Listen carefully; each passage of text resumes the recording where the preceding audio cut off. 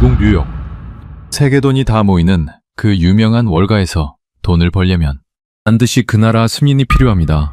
그곳에서 제일 큰 은행 건물 옥상에 깃발을 걸려면 오직 그 나라 국기여야만 합니다. 인공지능 시대에 두뇌를 돌리려면 결국 그 나라가 만든 부품이어야만 합니다.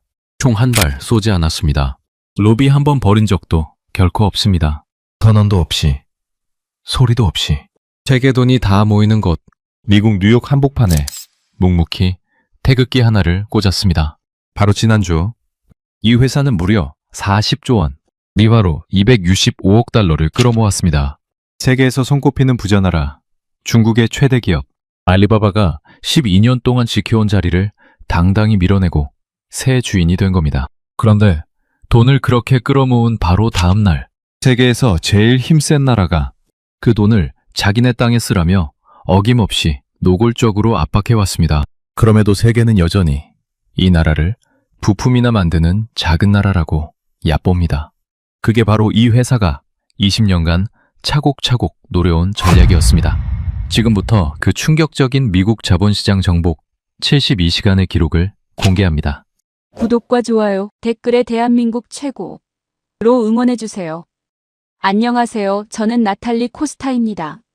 브라질 상파울루 출신으로 지금은 미국 뉴욕에 있는 컬럼비아 대학교 경영대학원에서 여름 특별과정을 듣고 있습니다. 국제 자본시장을 다루는 이 수업을 신청한 건 언젠가 브라질 기업들이 왜 세계 무대에서 좀처럼 두각을 드러내지 못하는지 그 답을 찾고 싶어서였습니다. 그런데 제가 이 이야기를 지금 꺼내는 진짜 이유는 첫 수업날 강의실 공기가 완전히 뒤바뀌던 그 순간이 아직도 생생하기 때문입니다. 2026년 7월 초 뉴욕의 여름은 습하고 무더웠습니다.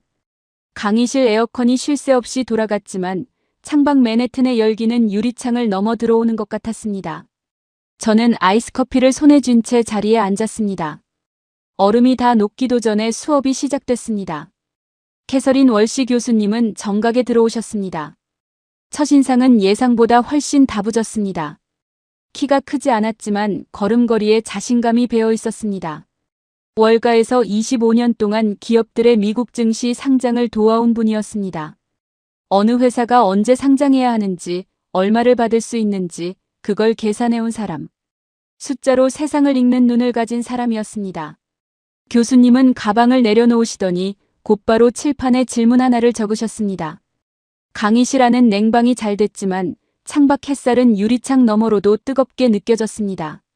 미국 증시에 상장한 외국 기업 가운데 역대 최대 규모로 자금을 모은 기업은 어디입니까? 중국 출신 웨이첸이 가장 먼저 대답했습니다. 알리바바입니다. 2014년 250억 달러였습니다. 교수님이 고개를 끄덕이셨습니다. 정확합니다. 그런데 웨이, 자네는 그 상장 당일 뉴욕 증권거래소에 있었습니까? 웨이가 잠시 머뭇거렸습니다. 아니요. 하지만 역사적인 날이었다고 배웠습니다. 교수님이 조용히 웃으셨습니다. 저는 있었습니다. 그날 저는 실무진 중 한 명이었습니다. 그 기록이 12년 동안 깨지지 않을 거라고 저를 포함한 월가 사람들 모두가 확신했습니다. 어떤 나라도 어떤 기업도 그 규모를 넘어서지 못할 거라고 말이죠. 미국 출신 에단 콜이 팔짱을 낀 채 끼어들었습니다. 교수님, 그런데 왜 지금 이 질문을 다시 꺼내시는 건가요? 미국 반도체 산업이 세계 최고라는 건 다들 아는 사실이고 외국 기업 기록이야 언젠가 미국 기업이 다시 깨는 거 아닌가요? 엔비디아나 브로드컴 같은 회사들이 계속 몸집을 키우고 있지 않습니까? 교수님은 대답 대신 칠판에 새로운 숫자를 적으셨습니다. 265억 달러. 강의실이 조용해졌습니다. 저는 그 숫자를 노트에 받아 적으며 머릿속으로 계산했습니다. 알리바바보다 큰 숫자였습니다. 인도 출신 프리아 나이르가 물었습니다. 어느 회사인가요? 엔비디아인가요? 아니면 새로 상장한 다른 인공지능 회사인가요? 교수님은 잠시 뜸을 들이셨습니다. 그리고 천천히 말씀하셨습니다. 바로 지난주 7월 10일. 이 회사가 알리바바의 기록을 깼습니다. 에단이 눈썹을 치켜 올렸습니다. 목소리에 확신이 담겨 있었습니다. 그 정도 규모면 당연히 미국 기업이겠죠. 최근 팹리스 회사들 중에 누가 그렇게 컸는지 기억이 안 나서 그런데요. 혹시 퀄컴 계열사인가요? 교수님은 그 말에 바로 답하지 않으셨습니다. 대신 칠판에 짧은 단어 하나를 더 적으셨습니다. SK 하이닉스. 강의실이 완전히 얼어붙었습니다. 에단의 표정이 눈에 띄게 굳었습니다. 잠깐만요, 한국 회사라고요? 미국도 아니고요? 교수님이 에단을 바라보셨습니다. 그렇습니다. 그런데 그 표정, 흥미롭군요.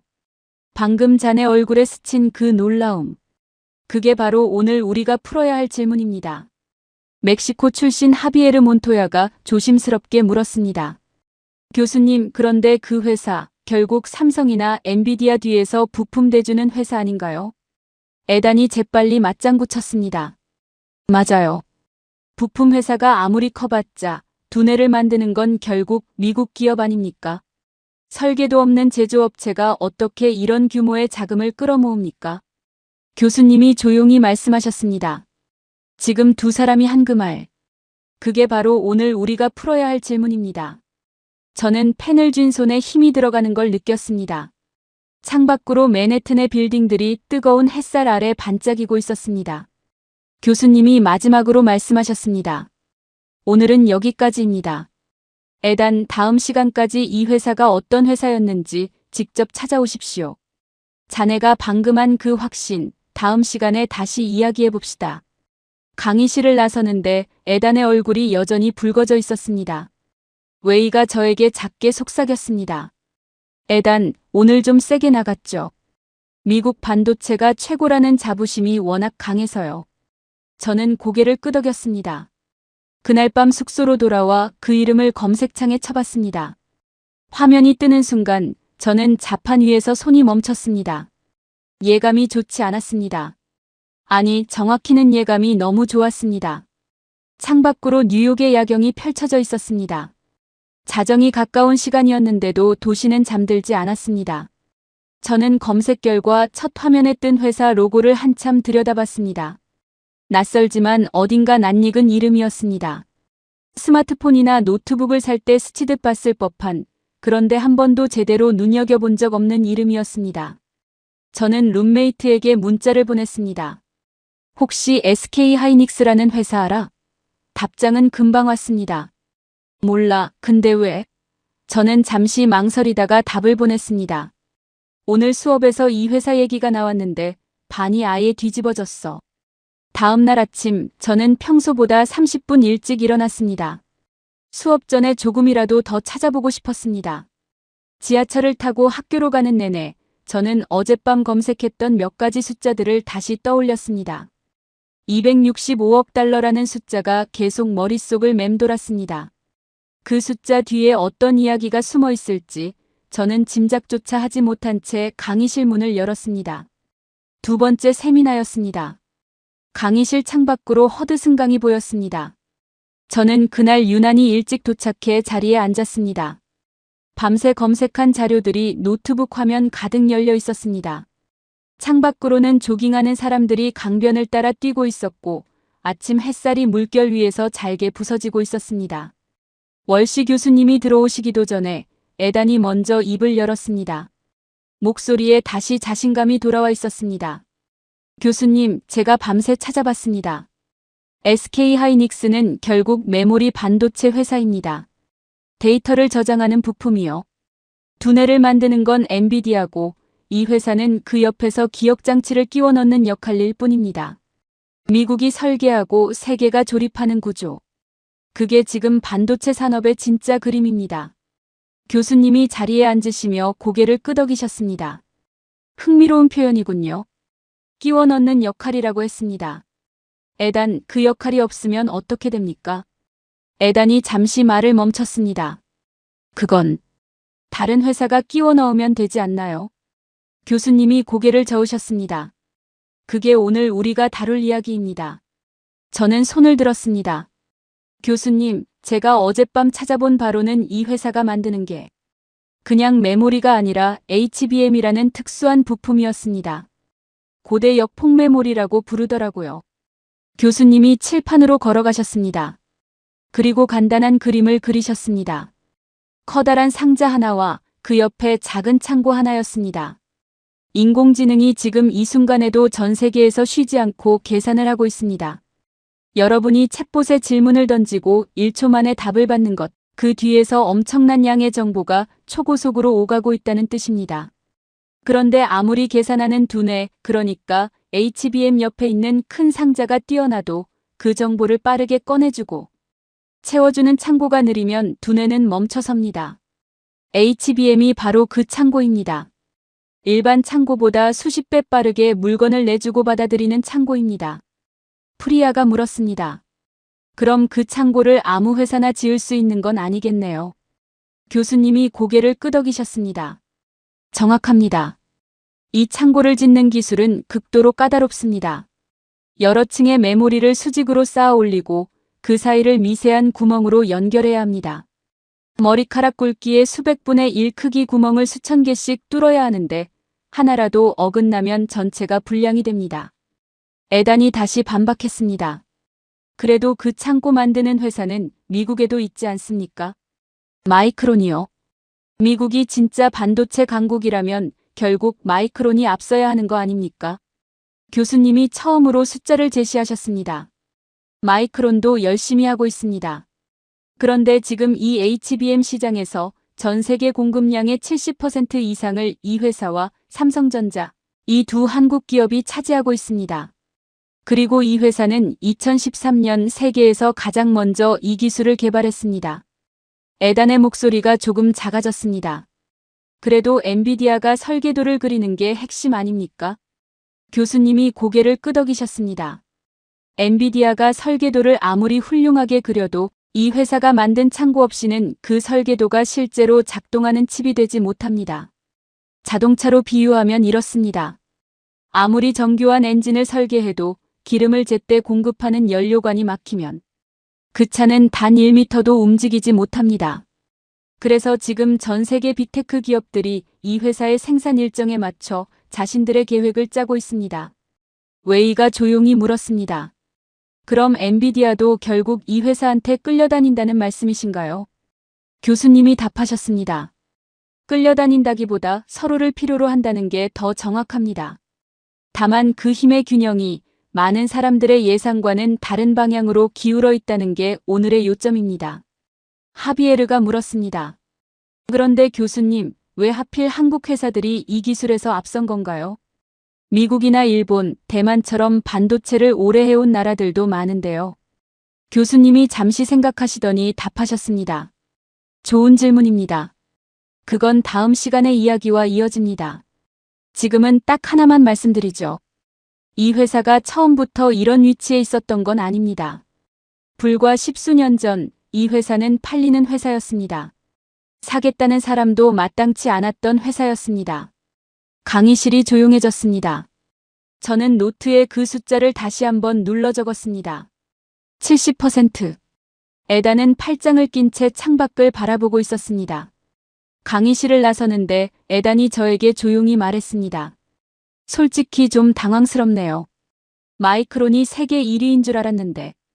저는 그 말에 아무 대답도 하지 않았습니다. 다음 시간이 궁금해졌습니다. 팔리는 회사였다는 그 말이 밤새 머릿속을 떠나지 않았습니다. 허드슨강 위로 저녁 노을이 붉게 번지고 있었습니다. 저는 그 노을을 보며 상파울루의 공장들을 떠올렸습니다. 브라질에도 한때 세계로 뻗어나가려던 기업들이 있었습니다. 그 기업들은 지금 어디에 있는지 저는 문득 궁금해졌습니다. 그리고 에단이 오늘 2번이나 확신했다가 2번이나 틀렸다는 사실도 이상하게 계속 머릿속에 남았습니다. 캠퍼스 벤치에 잠시 앉아 저는 오늘 배운 내용을 다시 정리했습니다. 연료관이라는 비유가 계속 머릿속에서 맴돌았습니다. 세상에서 가장 화려한 설계도를 그리는 회사도 결국 그 연료관 없이는 아무것도 만들지 못한다는 사실이 낯설게 느껴졌습니다. 우리는 늘 눈에 보이는 브랜드, 눈에 보이는 완제품만 기억합니다. 그 뒤에서 조용히 모든 걸 가능하게 만드는 부품에는 좀처럼 눈길을 주지 않습니다. 저는 문득 제가 지금까지 세상을 보던 방식 자체가 잘못됐을지도 모른다는 생각이 들었습니다. 숙소로 돌아가는 길, 저는 웨이에게 문자를 보냈습니다. 내일 수업 전에 커피 한잔 할래요? 이 회사에 대해 더 얘기하고 싶어서요. 답장은 금방 왔습니다. 좋아요. 저도 사실 어젯밤부터 이 회사 자료를 계속 찾아보고 있었어요. 세 번째 세미나였습니다. 그날 아침 저는 지하철에서 내려 학교로 걸어가다가 걸음을 멈췄습니다. 스마트폰으로 뉴스를 훑어보던 중이었습니다. 뉴욕 금융가 한복판, JP모건 건물 옥상에 걸린 커다란 깃발 사진이 화면에 떠 있었습니다. 태극기였습니다. 저는 그 자리에 서서 한참 그 사진을 확대해봤습니다. 아침 출근길 인파가 제 옆으로 스쳐 지나갔지만 저는 움직이지 않았습니다. 뉴욕에서 나고 자란 사람이라면 무심코 지나쳤을 풍경일지도 모르지만 저에게는 그 깃발 하나가 이상하게 눈에 밟혔습니다. 강의실에 들어서자 학생들도 이미 그 사진을 보고 웅성거리고 있었습니다. 웨이가 휴대폰 화면을 에단에게 보여주며 말했습니다. 이거 보셨어요? 월가 한복판에 저게 왜 걸려 있는 거예요? 에단이 화면을 보고는 아무 말도 하지 않았습니다. 지난 시간 이후로 눈에 띄게 말수가 줄어 있었습니다. 저는 그런 에단을 곁눈질로 살짝 바라봤습니다. 월시 교수님이 들어오시며 곧바로 같은 사진을 띄우셨습니다. 여러분이 지금 보고 계신 이 사진, 지난 10일 촬영된 겁니다. 상장 주관사가 축하의 의미로 건물 전광판에 띄운 겁니다. 교수님은 칠판에 숫자를 하나씩 적어 내려가셨습니다. 265억 달러. 우리 돈으로 약 40조 원입니다. 12년 동안 아무도 건드리지 못했던 알리바바의 기록을 넘었습니다. 그리고 미국 기업까지 다 포함해도 올해 상장한 스페이스X 다음으로 역대 두 번째로 큰 규모입니다. 하비에르가 놀란 표정으로 물었습니다. 스페이스X 다음이라고요? 그 정도면 정말 어마어마한 규모 아닙니까? 교수님이 이어 말씀하셨습니다. 더 놀라운 대목이 있습니다. 이번 공모에 신청이 얼마나 몰렸는지 아십니까? 원래 팔려던 물량의 7배가 넘는 청약이 들어왔습니다. 그리고 보통 이런 대규모 신규 상장은 투자자를 끌어들이기 위해 기존 주가보다 조금 싸게 파는 게 일반적입니다. 그런데 이 회사는 오히려 한국 증시에서 거래되던 원래 주가보다 더 비싼 가격에 팔렸습니다. 사겠다는 사람이 워낙 많아서 오히려 값을 더 쳐준 겁니다. 월가에서는 이런 경우를 프리미엄 프라이싱이라고 부릅니다. 프리아가 손을 들어 물었습니다. 교수님, 그런데 이 회사가 이렇게까지 큰 돈을 모아서 어디에 쓴다는 건가요? 그냥 회사 곳간을 채우는 건 아닐 텐데요. 교수님이 답하셨습니다. 좋은 질문입니다. 이 돈은 고스란히 한국 내 반도체 공장 건설에 들어갑니다. 지금도 밤낮 없이 짓고 있는 공장들이 있습니다. 인공지능 시대가 커질수록 이 회사가 만드는 그 연료관, HBM에 대한 수요도 계속 늘어나기 때문에 미리 공장을 더 지어놓겠다는 겁니다. 돈을 빌리는 방식이 아니라 투자자를 직접 끌어들이는 방식을 택한 겁니다. 하비에르가 조용히 중얼거렸습니다. 그러니까 지금 벌어놓은 돈이 아니라 앞으로 벌 돈을 담보로 전 세계 투자자들이 미리 지갑을 열었다는 거네요. 웨이가 덧붙였습니다. 그리고 정작 미국 투자자들이 제일 먼저 그 지갑을 열었고요. 교수님이 그 말에 옅게 웃으셨습니다. 정확한 요약입니다. 에단이 조용히 손을 들었습니다. 지난 시간처럼 자신만만한 목소리가 아니었습니다. 교수님, 그런데 세계에서 가장 큰 장기 투자 펀드들이 정말 국적을 따지지 않고 이 회사에 돈을 걸었다는 게 사실인가요? 교수님이 고개를 끄덕이셨습니다. 그렇습니다. 자본이라는 건 감정이 없습니다. 돈은 국적을 따지지 않고 실력이 확인된 곳으로 흘러갑니다. 저는 노트에 그 숫자들을 받아 적으며 묘한 감정을 느꼈습니다. 알리바바, 스페이스X. 제가 경제 뉴스에서 늘 들어왔던 이름들 사이에 낯선 이름 하나가 끼어들어 있었습니다. 프리아가 다시 물었습니다. 교수님, 그런데 이 정도 규모의 자본이 몰렸다면 상장 첫날 주가는 어땠나요? 보통 이런 경우 첫날 급등하는 경우가 많잖아요. 교수님이 답하셨습니다. 상장 첫날 주가는 공모가 대비 크게 뛰지 않았습니다. 오히려 안정적으로 움직였습니다. 이건 나쁜 신호가 아닙니다. 투기적인 자금이 아니라 장기적으로 이 회사를 믿고 들어온 진짜 투자자들이 줄을 이뤘다는 뜻입니다. 하루 반짝 오르고 많은 자금이 아니라는 겁니다. 교수님이 잠시 창밖을 바라보셨습니다. 그런데 여러분, 이 회사가 처음부터 이렇게 화려했던 건 절대 아닙니다. 이 회사의 이름을 세계 반도체 업계가 진지하게 기억하기 시작한 지 아직 20년도 채 되지 않았습니다. 강의실이 조용해졌습니다. 교수님이 마지막으로 말씀하셨습니다. 다음 시간에는 이 회사가 어디서 시작했는지 그 출발점을 보겠습니다. 그 출발점을 알고 나면 오늘 본 저 숫자들이 다르게 보일 겁니다. 강의실을 나서는데 에단이 저에게 다가왔습니다. 목소리가 처음보다 훨씬 조심스러워져 있었습니다. 나탈리, 저 사실 첫 시간에 좀 세게 말했잖아요. 근데 지금 보니 제가 뭘 모르고 그랬던 것 같아요. 저는 아무 대답도 하지 않고 그저 고개를 끄덕였습니다. 그날 밤 저 역시 그 사진을 다시 들여다봤습니다. 그리고 처음으로 이 회사의 시작이 궁금해졌습니다. 부품이나 만든다며 무시당했던 회사가 어떻게 월가 한복판에 자기 나라 깃발을 걸게 됐는지 저는 잠들기 전까지 그 질문을 놓지 못했습니다. 노트북을 덮기 전 저는 오늘 강의실에서 봤던 태극기 사진을 다시 한번 열어봤습니다. 사진 속 깃발은 바람에 살짝 펄럭이고 있었습니다. 그 아래로 뉴욕의 오후 햇살을 받은 빌딩 유리창들이 반짝이고 있었습니다. 저는 문득 궁금해졌습니다. 저 깃발을 만든 사람들은 자기 나라 국기가 세계 금융의 심장부에 걸릴 거라고 상상이나 했을까? 아니면 이것조차 오래전부터 그려온 그림의 일부였을까? 저는 답을 알 수 없었지만 왠지 후자일 것 같다는 느낌이 들었습니다. 네 번째 세미나였습니다. 그날 월시 교수님은 평소와 다르게 수업을 시작하셨습니다. 질문도 칠판에 적는 단어도 없이 그냥 자리에 앉아 조용히 이야기를 시작하셨습니다. 강의실 조명이 평소보다 어둡게 느껴졌습니다. 다들 노트북을 덮고 그냥 듣기만 했습니다. 1983년 자동차와 건설로 유명한 현대그룹이 반도체 사업에 뛰어들었습니다. 이름은 현대전자였습니다. 당시 이 사업에 뛰어든다는 소식이 알려졌을 때 업계에서는 무모한 도전이라는 평가가 많았습니다. 반도체는 기술도 자본도 인력도 없는 나라가 손댈 만한 산업이 아니라는 게 당시의 상식이었습니다. 그런데 이 이야기의 진짜 시작은 2001년입니다. 외환위기 이후 정부 주도로 LG반도체와 억지로 합쳐지는 과정에서 부담이 커졌고 여러 사정이 겹쳐 회사가 감당할 수 없는 빚더미에 올라앉았습니다. 결국 은행들로 이루어진 채권단에 넘어갔고 이름도 하이닉스로 바뀌었습니다. 주인이 없는 회사가 된 겁니다. 교수님은 잠시 말을 멈추고 창밖을 바라보셨습니다. 강의실은 조용했습니다. 아무도 끼어들지 않았습니다. 2003년 이 회사 주가는 135원까지 떨어졌습니다. 커피 한 잔도 못 사는 돈으로 주식 한 주를 살 수 있었다는 뜻입니다. 투자자들은 이 회사를 하락닉스라고 불렀습니다. 오르는 법을 모르는 회사라는 뜻이었습니다.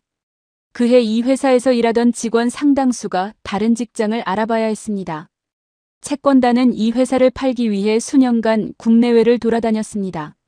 미국의 마이크론에 넘어갈 뻔한 적도 있었습니다. 그런데 정작 사겠다는 곳이 마땅치 않았습니다. 반도체는 돈 먹는 하마 같은 산업입니다. 공장 하나 짓는데 조단위 돈이 들어가는데 그 돈을 계속 쏟아부어야 겨우 살아남는 사업이었으니까요. 앞서 인수 제안을 받았던 한 대기업도 몇 차례 검토 끝에 결국 손을 뗐습니다. 리스크가 너무 크다는 이유였습니다. 시장에서는 이 회사가 결국 외국 기업의 헐값으로 넘어갈 거라는 소문이 파다했습니다. 한국 반도체 산업 자체가 사라질지도 모른다는 우려까지 나왔습니다. 2012년 통신회사였던 SK그룹이 인수를 결정했습니다. 인수 금액은 우리 돈으로 3조 4천억 원가량이었습니다. 그런데 당시 이 회사는 연간 2천억 원이 넘는 영업손실을 내고 있었습니다. 적자 나는 회사를 3조 원 넘게 주고 산 겁니다. 그룹 내부의 반대는 상당했습니다. 통신 사업만 안정적으로 해오던 회사가 왜 갑자기 밑빠진 독 같은 반도체 사업에 뛰어드느냐는 우려였습니다. 이사회에서도 회의적인 목소리가 컸다고 전해집니다. 증권가 애널리스트들도 이 인수 결정을 두고 회의적인 보고서를 잇따라 냈습니다. 그런데 당시 회장이 이런 말을 남겼습니다. 이 회사에는 기술과 글로벌이라는 무기가 있다. 교수님이 그 문장을 칠판에 처음으로 적으셨습니다. 그리고 인수 다음 해인 2013년 이 회사는 시장에서 존재감도 없던 부품 하나를 개발하는데 회사의 명운을 걸었습니다. 고대 역폭 메모리, 우리가 지난 시간 이야기했던 그 부품이었습니다. 그리고 그 뒤로 무려 10년 동안 시장은 이 부품에 별 관심을 보이지 않았습니다. 개발팀 내부에서도 이 프로젝트를 계속 끌고 가야 하느냐는 논쟁이 여러 차례 있었다고 전해집니다. 매출로 이어지지 않는 연구에 계속 돈을 쏟아붓는 걸 두고 회사 안에서조차 회의적인 시선이 있었습니다. 교수님이 이야기를 끝내고 처음으로 학생들을 바라보셨습니다. 강의실은 오랫동안 조용했습니다. 애단이 낮은 목소리로 말했습니다. 적자 회사가 아직 아무도 필요로 하지 않던 부품에 먼저 손을 댔다는 거네요. 저였으면 절대 못했을 결정이네요. 교수님이 고개를 끄덕이셨습니다. 폐업 직전 가게를 인수하겠다고 나섰을 때 주변 사람 모두가 말렸을 겁니다. 그런데도 문을 열고 들어간 사람이 있었습니다. 그리고 그 사람은 10년 뒤에나 열매를 맺을 씨앗을 아무도 보지 않는 곳에서 계속 심었습니다. 강의실을 나서는데 하비에르가 저에게 말했습니다. 10년이요? 아무도 안 찾는 물건을 10년 동안이나 만들었다고요? 저는 대답하지 못했습니다. 숙소로 돌아오는 길, 지하철 창밖으로 불이 켜진 뉴욕의 빌딩들이 스쳐 지나갔습니다. 저는 문득 상파울루의 한 공장을 떠올렸습니다. 제 아버지가 젊었을 때 다니셨던 자동차 부품을 만들던 공장이었습니다. 세계 시장에 나가겠다고 했던 그 공장은 결국 몇 년 못 가 문을 닫았습니다. 같은 시기에 시작해서 왜 어떤 곳은 문을 닫고 어떤 곳은 여전히 버텼는지 저는 그날 밤 오래도록 생각했습니다. 노트를 펼치고 저는 오늘 들은 이야기를 처음부터 다시 정리해봤습니다. 부도 채권단 135원 하락닉스 그리고 3조 4천억 원. 실패를 나타내는 단어들 사이에 딱 하나 다른 성격의 단어가 끼어 있었습니다. 명운을 걸었다는 표현이었습니다. 망설임이 아니라 결단이었습니다. 저는 그 단어의 밑줄을 2번 그었습니다. 브라질에도 그런 순간들이 있었을 겁니다. 다만 그 순간마다 누군가 문을 열고 들어가는 대신 조용히 문을 닫고 돌아섰던 게 아닐까. 저는 그 질문에 아직 답을 찾지 못한 채 노트를 덮었습니다. 그리고 다음 시간 그 10년 동안 정확히 무슨 일이 있었는지 더 자세히 알고 싶다는 생각이 들었습니다. 창밖으로 뉴욕의 밤하늘을 바라보며 저는 문득 궁금해졌습니다. 그 10년 동안 이 회사의 개발팀 직원들은 매일 아침 무슨 생각으로 출근했을까? 성과도 인정도 확신조차 없는 상태로 계속 실험을 반복한다는 게 어떤 기분일지 저는 짐작조차 하기 어려웠습니다. 다만 한 가지는 분명해 보였습니다. 그들 중 누군가는 그만두고 싶은 순간이 분명 있었을 겁니다. 그런데도 회사는 적어도 그 프로젝트만큼은 끝까지 접지 않았습니다. 저는 그 끈질김이 어디서 나오는 건지 다음 시간에 꼭 물어보고 싶어졌습니다. 5번째 세미나였습니다. 강의실에 들어서자 하비에르가 먼저 다가와 물었습니다. 어제 그 질문, 저도 계속 생각했어요. 10년 동안 아무도 안 찾는 부품을 만들었다는 거, 그 10년 사이에 정확히 무슨 일이 있었을까요? 밤새 이것저것 찾아봤는데 자료가 많지 않더라고요. 월시 교수님이 들어오시며 그 질문을 들으셨는지 자리에 앉기도 전에 답하셨습니다. 좋은 질문입니다. 오늘은 그 10년을 들여다보겠습니다. 그리고 미리 말씀드리면 이 10년은 순탄한 상승 곡선이 아니었습니다. 벼랑 끝을 몇 번이나 오간 시간이었습니다. 교수님이 칠판에 연도를 하나씩 적어 내려가셨습니다. 2013, 2015, 2019, 2023. 2013년 이 회사는 세계 최초로 고대역 폭메모리 1세대를 개발했습니다. 그런데 개발에 성공했다고 해서 곧바로 팔리는 건 아니었습니다. 이 부품을 써줄 고객이 있어야 했습니다. 2015년 미국의 반도체 회사 AMD가 처음으로 이 부품을 자사 그래픽 카드에 채택했습니다. 라데온 퓨리라는 제품이었습니다. 프리아가 물었습니다. 그럼 그때부터 잘 팔리기 시작한 건가요? 교수님이 고개를 저으셨습니다. 아닙니다. 오히려 반응은 미지근했습니다. 가격이 비쌌고 생산량도 많지 않았습니다. 그 제품은 상업적으로 크게 성공하지 못했습니다. 시장은 여전히 이 부품이 정말 필요한지 확신하지 못했습니다. 웨이가 물었습니다. 그럼 그 뒤로도 계속 이 부품에 투자한 건가요? 실패한 제품인데요. 교수님이 답하셨습니다. 그렇습니다. 그리고 여기서부터가 더 힘든 부분입니다. 반도체 산업은 원래 극단적인 호황과 불황을 반복하는 산업입니다. 2018년 이 회사는 반도체 호황에 힘입어 영업이익 20조 원이 넘는 사상 최대 실적을 기록했습니다. 그런데 딱 1년 뒤인 2019년 메모리 가격이 47% 폭락하면서 상황이 완전히 뒤집혔습니다. 잔치가 끝나고 나면 반드시 혹독한 겨울이 찾아오는 그런 산업이었습니다. 프리아가 물었습니다. 그런 불황이 오면 보통 기업들은 어떻게 대응하나요? 교수님이 답하셨습니다. 대부분 비슷합니다. 신규 투자를 줄이고 연구개발 인력을 축소하고 버틸 수 있는 사업에만 자원을 집중합니다. 생존이 최우선이 되니까요. 그런데 이 회사는 이 프로젝트만큼은 계속 끌고 갔습니다. 실적이 곤두박질치는 와중에도 이 부품의 다음 세대 개발은 멈추지 않았습니다. 애단이 손을 들었습니다.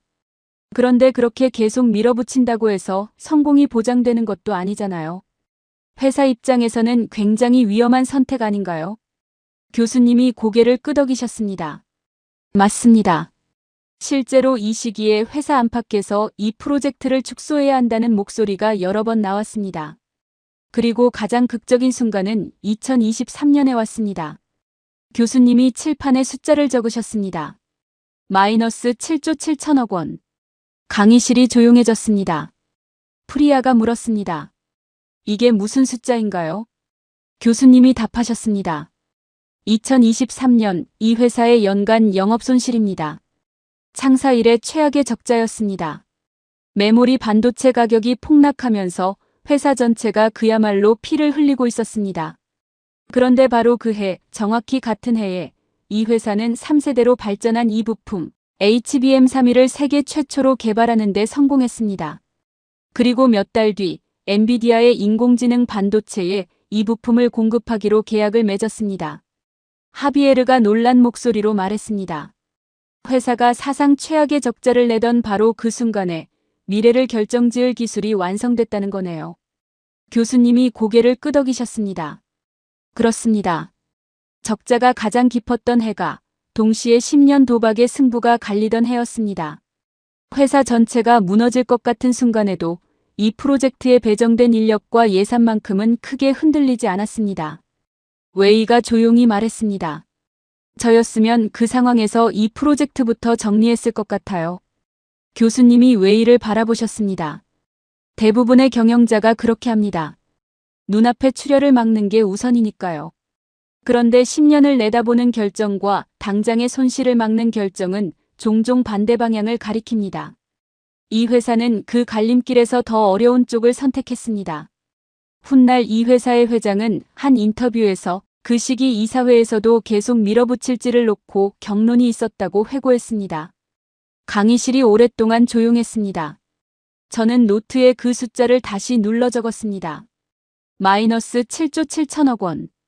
그리고 그 옆에 세계 최초 개발이라는 문구를 나란히 적었습니다. 같은 해, 같은 회사에서 일어난 두 가지 상반된 사건이었습니다. 교수님이 마지막으로 말씀하셨습니다. 다음 시간에는 이 10년의 도박이 정확히 어떤 결과로 이어졌는지 지금 이 순간의 시장 점유율로 확인해 보겠습니다. 강의실을 나서는데 애단이 저에게 말했습니다. 사상 최악의 적자를 내면서도 미래의 베팅을 놓지 않는다는 게 저는 아직도 잘 상상이 안 돼요. 저는 그 말에 조용히 웃었습니다. 저 역시 같은 생각이었지만 동시에 그 모순 같은 결정이 이상하게 마음에 남았습니다. 숙소로 돌아오는 길, 저는 그 두 숫자를 다시 떠올렸습니다. 마이너스 7조 7천억 원, 그리고 세계 최초 개발. 같은 회사, 같은 해에 벌어진 정반대의 사건이었습니다. 저는 문득 궁금해졌습니다. 그 겨울, 이 회사의 회의실에서는 어떤 대화가 오갔을까? 숫자만 보면 당장 모든 걸 멈춰야 할 것 같은 상황에서 누군가는 계속 가자고 말했을 겁니다. 그리고 그 말이 받아들여졌다는 것. 저는 그 사실 하나가 이 회사의 10년을 통틀어 가장 중요한 순간이었을지도 모른다고 생각했습니다. 6번째 세미나였습니다.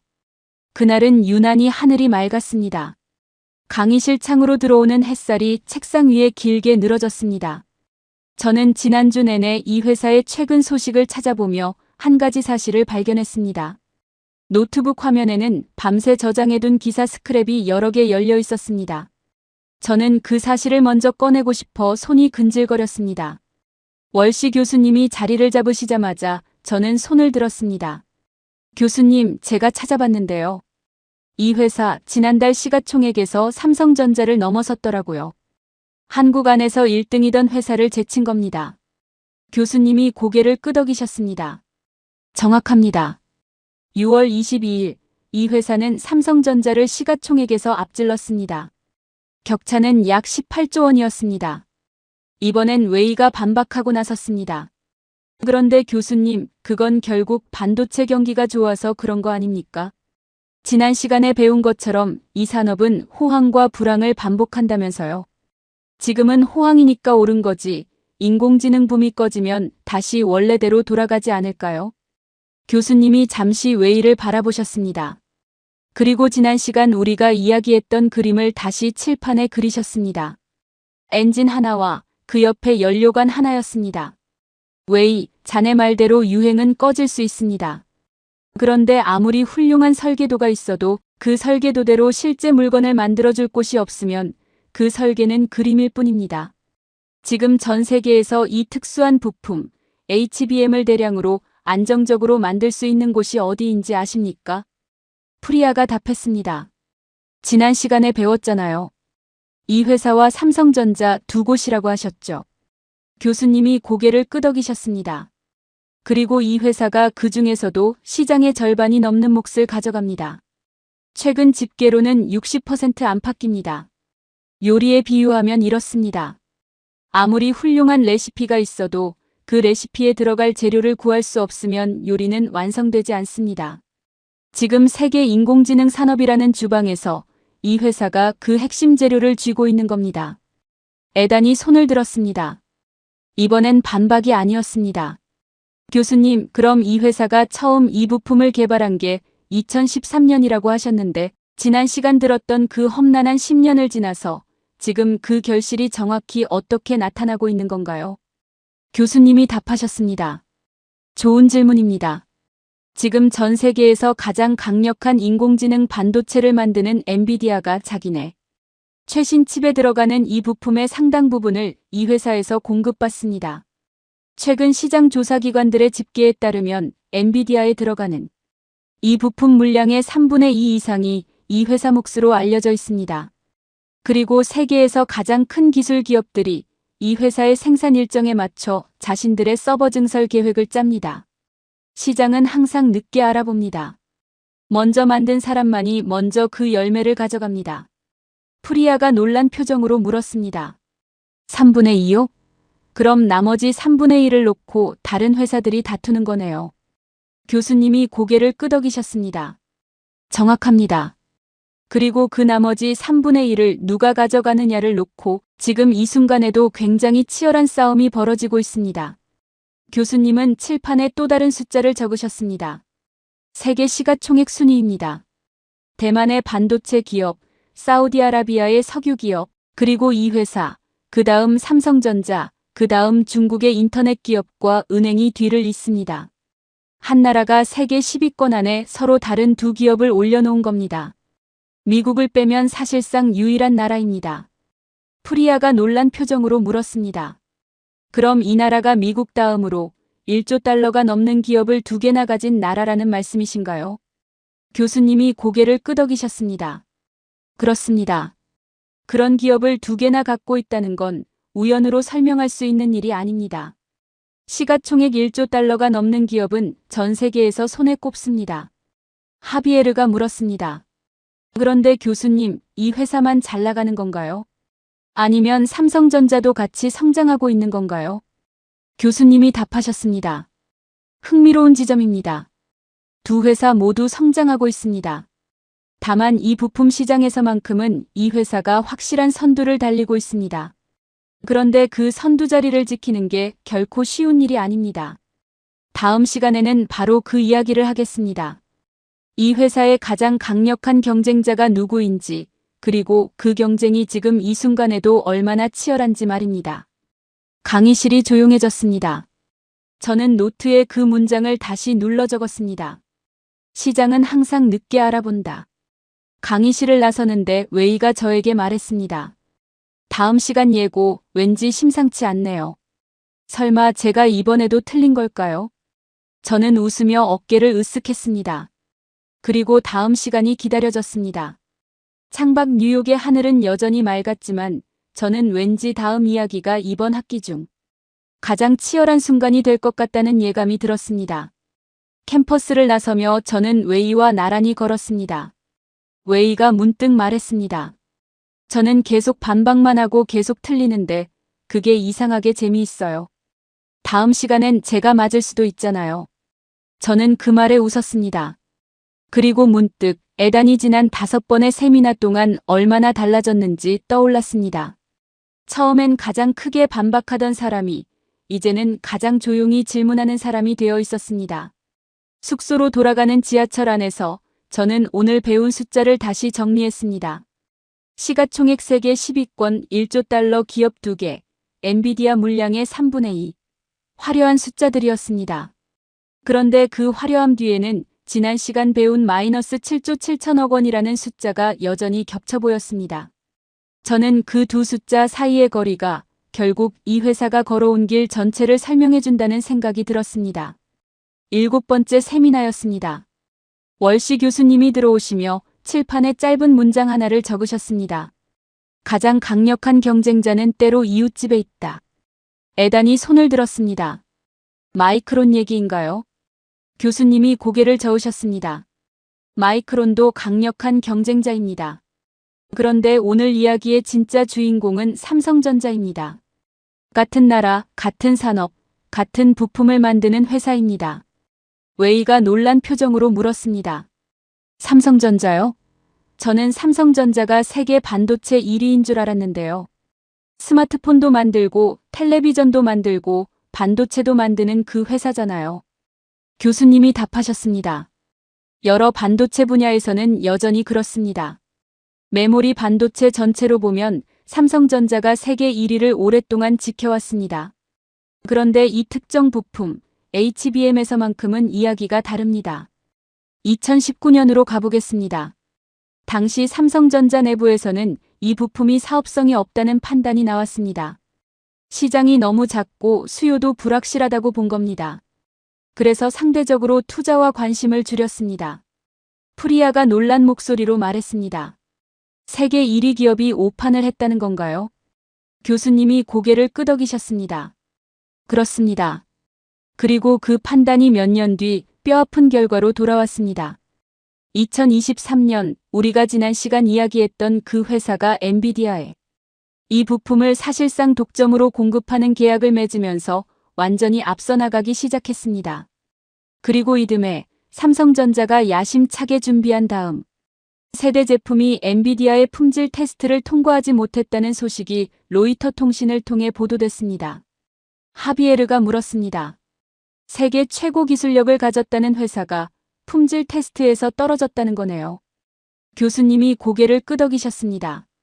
그만큼 이 부품을 만드는 기술이 까다롭다는 뜻이기도 합니다. 층층이 쌓아 올린 메모리 칩 사이에 수천 개의 미세한 통로를 뚫는 공정인데 발열과 수율 문제를 동시에 잡아야 합니다. 오랜 시간 공을 들인 회사와 뒤늦게 뛰어든 회사 사이의 격차가 이 대목에서 고스란히 드러난 셈입니다. 에단이 물었습니다. 그럼 그 시기에 두 회사의 분위기는 완전히 달랐겠네요. 교수님이 고개를 끄덕이셨습니다. 그렇습니다. 같은 시기 이 회사가 만든 부품에 대해서는 아주 상징적인 장면이 하나 있었습니다. 지난달 대만에서 열린 반도체 전시회에서 엔비디아의 최고 경영자가 이 회사 부스를 방문해서 신제품 웨이퍼에 직접 사인을 남겼습니다. 그 문구가 무엇이었는지 아십니까? 강의실이 조용해졌습니다. 교수님이 말씀하셨습니다. 더 만들어달라. 에단이 나지막이 감탄했습니다. 세계에서 가장 영향력 있는 반도체 회사 최고 경영자가 직접 부탁을 했다는 거네요. 교수님이 고개를 끄덕이셨습니다. 그렇습니다. 그런데 여기서 이야기가 끝나지 않습니다. 삼성전자도 가만히 있지 않았습니다. 웨이가 물었습니다. 그럼 지금은 상황이 역전된 건가요? 교수님이 고개를 저으셨습니다. 역전까지는 아닙니다. 최근 집계로는 이 회사가 여전히 시장의 절반 이상을 차지하고 있고 삼성전자와 마이크론이 그 뒤를 바짝 쫓는 형국입니다. 삼성전자의 점유율은 최근 들어 빠르게 회복되는 중입니다. 다시 말해 지금 이 순간에도 새 회사가 다음 세대 기술을 놓고 총성 없는 전쟁을 치르고 있다는 뜻입니다. 하비에르가 물었습니다. 그럼 삼성전자는 이대로 밀리고만 있는 건가요? 교수님이 고개를 저으셨습니다. 전혀 아닙니다. 삼성전자는 다음 세대 제품에서 오히려 세계 최초로 양산 출하를 시작하며 반격에 나섰습니다. 그리고 지난 3월 삼성전자는 미국의 AMD와 손을 잡았습니다. AMD의 차세대 인공지능 반도체에 삼성전자의 다음 세대 부품을 주력으로 공급하기로 한 겁니다. AMD의 최고 경영자가 직접 한국의 삼성 공장을 찾아와 계약서에 서명했습니다. 프리아가 손을 들었습니다. 그런데 흥미로운 건 이 경쟁의 승자가 어느 나라가 됐든 결국 두 곳 중 한 곳은 한국 기업이라는 거네요. 교수님이 미소 지으셨습니다. 정확한 지적입니다. 이 싸움에서 누가 이기든 세계 인공지능 산업의 핵심 부품을 쥔 나라는 바뀌지 않습니다. 오직 그 안에서 누가 조금 더 앞서느냐의 문제일 뿐입니다. 강의실이 오랫동안 조용했습니다. 저는 노트의 마지막 문장을 다시 눌러 적었습니다. 이웃집과의 경쟁조차 결국 같은 지붕 아래서 벌어지는 싸움이었습니다. 강의실을 나서는데 에단이 저에게 말했습니다. 라이벌끼리 저렇게 치열하게 싸우면서도 결국 같은 나라 회사 두 곳이 세계 1, 2위를 다툰다는 게 신기하네요. 저희 나라에도 그런 산업이 있나 생각해봤는데 딱히 떠오르지 않아요. 저는 그 말에 아무 대답도 하지 않았습니다. 그저 창밖 맨해튼의 야경을 바라보며 젠슨 황이라는 사람이 직접 웨이퍼에 남겼다는 그 짧은 문장을 다시 떠올렸습니다. 더 만들어달라. 저는 그 네 글자가 세계 최고 기업이 보낼 수 있는 가장 솔직한 찬사라는 생각이 들었습니다. 숙소로 돌아와 저는 삼성전자와 이 회사의 로고를 나란히 검색창에 띄워놓고 한참을 들여다봤습니다. 두 회사는 같은 나라, 같은 도시에서 시작해 지금은 세계 시가총액 순위표 맨 위쪽을 나란히 차지하고 있었습니다. 저는 문득 궁금해졌습니다. 이 두 회사의 엔지니어들이 어느 학회장에서 우연히 마주친다면 서로에게 어떤 표정을 지을까? 경쟁자이면서 동시에 같은 목표를 향해 다른 길을 걷는 동료이기도 한 사이. 저는 그런 관계가 세상에 흔치 않다는 생각이 들었습니다. 한 나라 안에서 이런 수준의 경쟁이 동시에 두 곳에서 벌어진다는 것 자체가 어쩌면 이 나라를 설명하는 또 하나의 단서일지도 모른다고 생각하며 저는 노트북을 덮었습니다. 8번째 세미나였습니다. 지난 시간 삼성전자와의 치열한 경쟁 이야기를 듣고 난 뒤라 그날 강의실 분위기는 평소보다 한층 들떠 있었습니다. 그런데 그 들뜬 분위기는 오래가지 않았습니다. 그날따라 강의실 분위기가 평소와 달랐습니다. 웨이가 자리에 앉기도 전에 노트북 화면을 저에게 들이밀었습니다. 나탈리, 이거 봤어요? 지난주 한국 증시가 폭락했다는 기사예요. 코스피 지수가 하루 만에 8% 넘게 빠지면서 거래가 일시 정지됐대요. 월시 교수님이 들어오시며 그 대화를 들으셨습니다. 그리고 곧바로 칠판에 그래프를 그리셨습니다. 6월 말 최고점을 찍은 뒤 뚝 떨어지는 모양이었습니다. 교수님이 말씀하셨습니다. 좋은 지적입니다. 이 회사 주가는 상장을 코앞에 두고 최고가 대비 약 30% 넘게 조정을 받았습니다. 그런데 여러분, 이 회사가 오랫동안 시달려온 더 근본적인 문제가 있습니다. 코리아 디스카운트라는 말을 들어봤습니까? 에단이 조심스럽게 물었습니다. 한국 기업들이 저평가받는다는 그거요? 교수님이 고개를 끄덕이셨습니다. 정확합니다. 이 회사는 마이크론과 실력이 비슷하거나 오히려 앞서는 대목이 많은데도 오랫동안 미국 증시의 마이크론보다 낮은 가격에 거래됐습니다. 실력은 증명됐는데 가격은 늘 깎여 있었다는 뜻입니다. 프리아가 물었습니다. 그럼 이유가 뭔가요? 교수님이 답하셨습니다. 여러 이유가 겹칩니다. 접근성 문제도 있고 배당이 인색하다는 오랜 평판도 있었습니다. 그런데 그 평판이라는 게 시작은 합리적인 이유였을지 몰라도 시간이 지나면서 관성처럼 굳어버렸습니다. 실력이 아무리 좋아져도 색안경이 벗겨지지 않는 겁니다. 웨이가 목소리를 높였습니다. 그것 보세요. 그러니까 이번 상장도 결국 그 저평가를 벗어나려는 몸부림 아닌가요?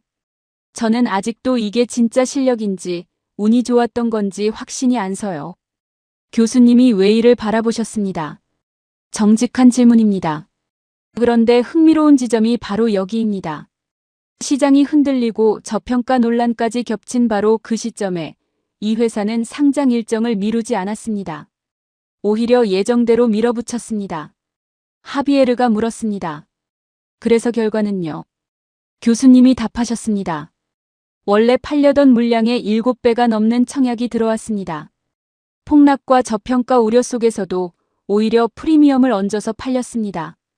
폭풍이 온다는 예보 속에서도 배가 빈자리 없이 만석으로 출항한 셈입니다. 애단이 다시 손을 들었습니다. 그런데 교수님, 자기 나라 증시는 그렇게 흔들렸는데 정작 미국 상장에는 지장이 없었다는 게 이상하지 않나요? 교수님이 답하셨습니다. 국내 증시의 단기적인 출렁임과 세계 자본시장에서 검증받은 실력은 서로 다른 층위의 문제입니다. 장기 자금을 굴리는 세계적인 펀드들은 몇 년 뒤를 보고 움직입니다. 그들의 눈에는 단기 조정보다 10년 넘게 쌓아온 기술, 격차와 그동안 부당하게 깎여있던 저평가가 더 크게 보였다는 뜻입니다. 프리아가 조용히 중얼거렸습니다. 그러니까 파도는 쳤지만 그 밑에 있던 오래된 억울함이 이번에 풀렸다는 거네요. 그런데 그 말을 하다 보니 인도가 겪었던 일이 떠오르네요. 교수님이 프리아를 바라보셨습니다. 어떤 일입니까? 프리아가 답했습니다. 2023년 인도 정부가 국가적으로 밀어붙이던 반도체 프로젝트가 있었습니다. 대만의 폭스콘과 인도의 베단타 그룹이 195억 달러, 우리 돈으로 25조 원 규모의 합작 공장을 짓기로 했었습니다. 총리가 직접 나서서 챙기던 국가적 사업이었습니다. 그런데 1년 만에 폭스콘이 돌연 철수했습니다. 비슷한 시기에 다른 외국 기업들의 30억 달러짜리 투자 2건도 줄줄이 중단됐습니다. 화려하게 시작했다가 버티는 힘이 없어서 무너진 겁니다. 하비에르도 조용히 말했습니다. 멕시코도 비슷합니다. 국경 근처에 조립 공장들이 빽빽하게 들어서 있습니다. 마킬라도라라고 부릅니다. 그런데 대부분 부품을 수입해서 조립만 하고 다시 수출합니다. 멕시코 브랜드로 세계 시장에 나가는 제품은 좀처럼 없습니다. 공장은 있는데 그 공장의 주인이 우리가 아니었던 겁니다. 교수님이 고개를 끄덕이셨습니다. 정확한 표현입니다. 실력을 오랫동안 인정받지 못한 자의 서름, 그리고 버티지 못하고 중간에 멈춘 자의 후회. 그게 이번 상장 흥행의 배경에 겹쳐 있습니다. 교수님이 마지막으로 말씀하셨습니다. 그런데 여러분, 이 회사가 세계 자본시장을 정복한 바로 다음 날 또 다른 시험이 이 회사를 기다리고 있었습니다. 이번엔 시장이 아니라 국가 권력이 건 시험이었습니다. 그것도 다른 나라가 아니라 세계에서 가장 강력한 나라였습니다. 강의실이 순간 술렁였습니다. 애단의 표정이 눈에 띄게 굳었습니다. 강의실을 나서는데 애단이 저에게 말했습니다. 국가 권력이라니 설마 우리 정부 얘기는 아니겠죠. 저는 아무 대답도 하지 않았습니다. 다음 시간이 왠지 무겁게 느껴졌습니다. 캠퍼스를 가로지르는데 저 멀리 허드슨강 위로 노을이 지고 있었습니다. 오래된 억울함이라는 말이 그날 밤새 제 머릿속을 떠나지 않았습니다. 숙소로 돌아와 저는 노트를 펼쳤습니다. 오늘 배운 2가지 실패, 인도의 25조 원짜리 무산된 공장과 멕시코의 조립 공장들을 나란히 적어봤습니다. 두 나라 모두 자원도, 인구도, 심지어 초기 투자 유치 능력도 부족하지 않았습니다. 부족했던 건 단 하나, 흔들릴 때 버티는 힘이었습니다. 저는 그 단어 옆에 물음표를 하나 그렸습니다. 그 힘은 어디서 오는 걸까? 정책에서 오는 걸까? 사람에게서 오는 걸까? 아니면 둘 다일까? 저는 답을 알 수 없었지만 적어도 질문이 무엇인지는 이제 알 것 같았습니다. 9번째 세미나였습니다. 강의실에 들어서자 분위기가 사뭇 달랐습니다. 학생들이 이미 자리에 앉아 조용히 화면을 들여다보고 있었습니다. 저도 서둘러 자리에 앉아 노트북을 열었습니다. 창밖 하늘은 유난히 흐렸고 습한 공기가 강의실까지 스며드는 것 같았습니다. 지난 시간 교수님이 예고했던 그 국가 권력이라는 단어가 저는 밤새 머릿속을 떠나지 않았습니다. 월시 교수님이 들어오시며 곧바로 화면을 띄우셨습니다. 뉴스 기사 제목이 크게 떠 있었습니다. 에단의 얼굴이 그 제목을 보자마자 굳었습니다. 교수님이 말씀하셨습니다. 지난 시간 예고했던 그 이야기입니다. 이 회사가 40조 원을 조달하는 데 성공하자 바로 다음 날 미국 행정부에서 메시지가 나왔습니다. 상무장관이 이렇게 말했습니다.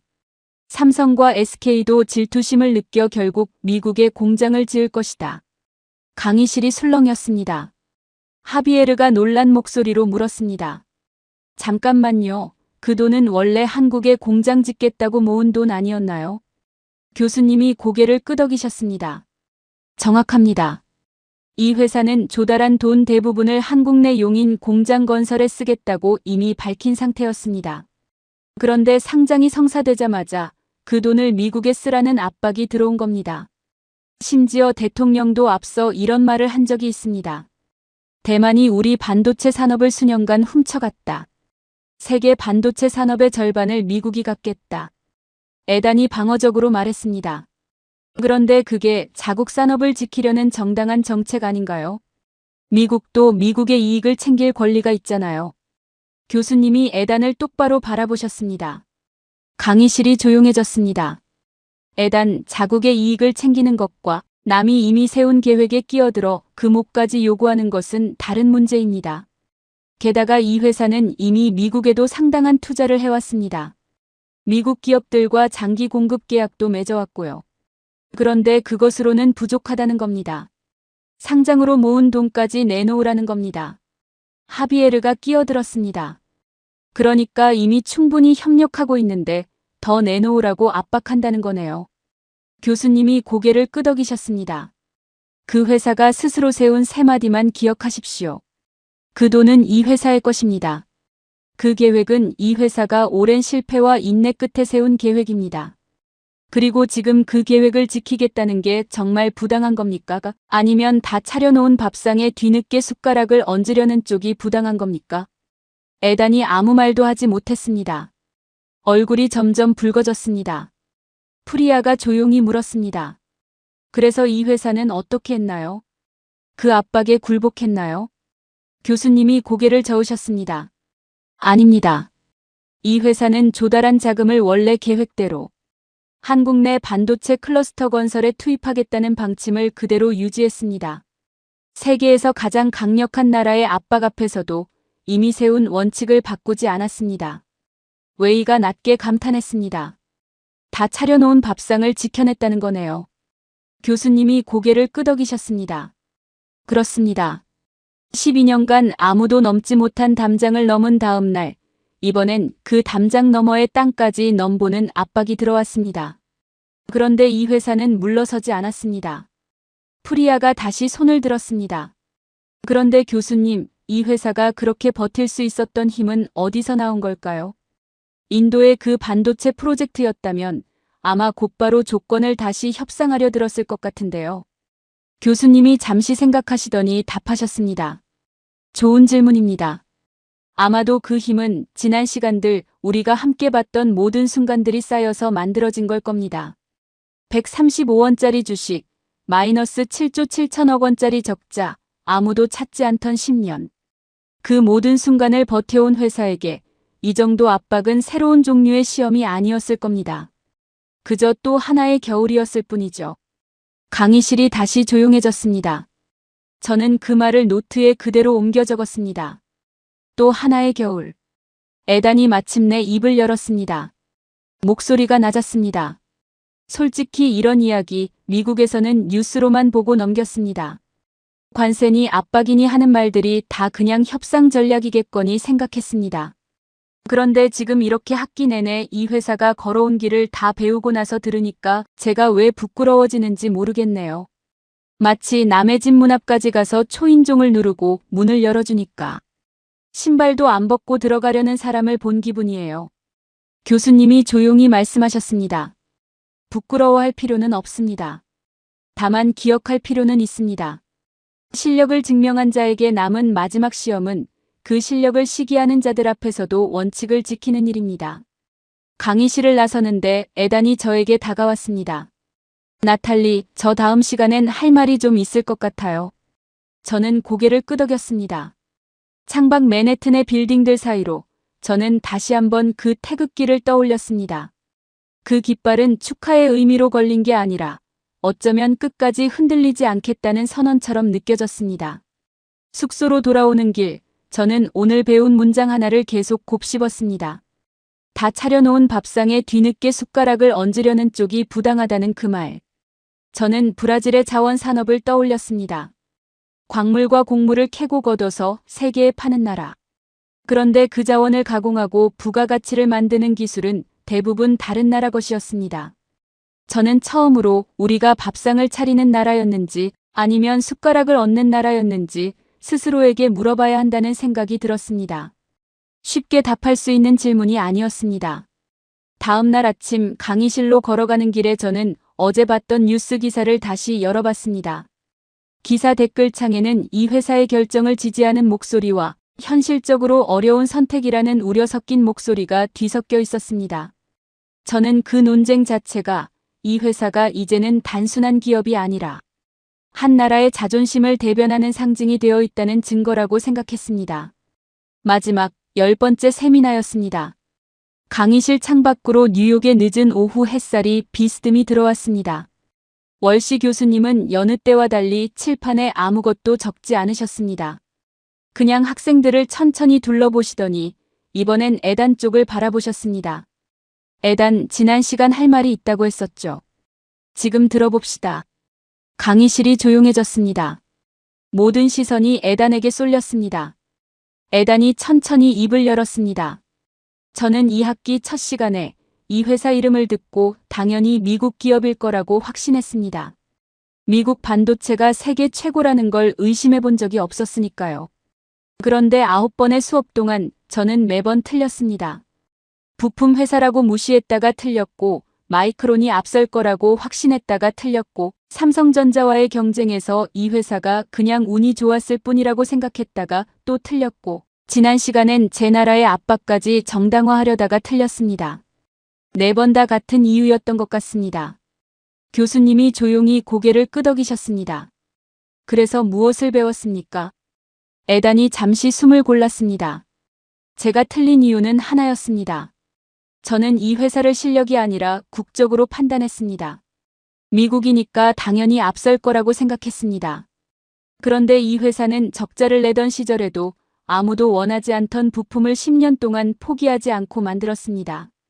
세계에서 가장 강력한 나라가 압박해도 원칙을 지켰습니다. 그건 국적의 문제가 아니라 멈추지 않는 자의 문제였습니다. 강의실이 오랫동안 조용했습니다. 웨이가 조용히 손을 들었습니다. 저도 비슷했습니다. 저는 이 회사를 계속 의심했습니다. 거품이라고 운이 좋았을 뿐이라고요. 그런데 돌이켜보면 저는 매번 반박할 때마다 새로운 사실이 나오면 조용히 입을 다물었습니다. 의심하는 건 쉽지만 10년을 버티는 건 어렵다는 걸 이번 학기 내내 배운 것 같습니다. 그리고 사실 저희 나라에도 비슷한 갈림길이 여러 번 있었습니다. 다만 저희는 늘 더 빠른 길, 더 확실해 보이는 길을 택했습니다. 그 선택이 늘 틀렸다고는 할 수 없지만 적어도 이 회사가 걸어온 길과는 달랐습니다. 프리아도 덧붙였습니다. 인도도 한때 반도체 산업을 키우겠다고 여러 번 선언했습니다. 그런데 화려한 선언 뒤에서 묵묵히 실패를 반복하며 버티는 지루한 과정에는 관심이 없었습니다. 이번 학기를 들으면서 그 지루한 버팀의 시간이 훨씬 더 중요하다는 걸 깨달았습니다. 총리가 나서서 발표하는 순간은 화려하지만 그 발표 이후 아무도 지켜보지 않는 그 긴 시간이 진짜 승부처였던 겁니다. 하비에르도 조용히 말했습니다. 멕시코도 마찬가지였습니다. 우리는 늘 큰 발표, 큰 협정에 집중했지. 그 협정 뒤에 남는 것이 우리 것인지 남의 것인지는 깊이 따지지 않았습니다. 공장의 숫자만 세느라 그 공장의 주인이 누구인지는 놓치고 있었던 겁니다. 저도 손을 들었습니다. 저는 브라질에서 왔습니다. 제 아버지는 젊었을 때 자동차 부품 공장에서 일하셨습니다. 그 공장도 한때는 세계로 나가겠다는 꿈이 있었습니다. 그런데 몇 년 못 가 문을 닫았습니다. 사실 어젯밤 저희 나라 수출 통계를 다시 찾아봤습니다. 작년 브라질의 최대 수출품 3가지가 원유와 대두와 철광석이었습니다. 이 3가지만 합쳐도 전체 수출의 35%에 가까웠습니다. 10대 수출 품목은 전부 다 원자재였고 그 비중이 절반을 넘었습니다. 땅에서 캐내고 밭에서 거둔 것들이 여전히 우리나라를 먹여 살리고 있다는 뜻이었습니다. 이 수업을 듣는 내내 저는 왜 어떤 나라는 문을 닫고 어떤 나라는 끝까지 버텼는지 계속 생각했습니다.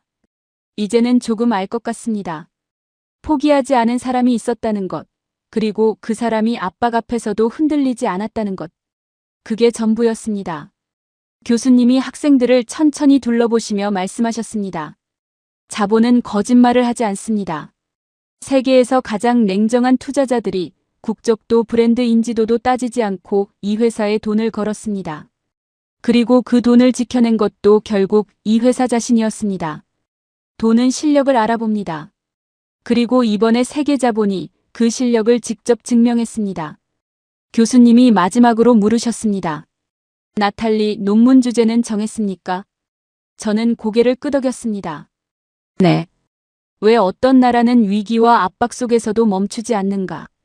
그 질문을 파고들어 보려 합니다. 교수님이 미소 지으셨습니다. 좋은 주제입니다.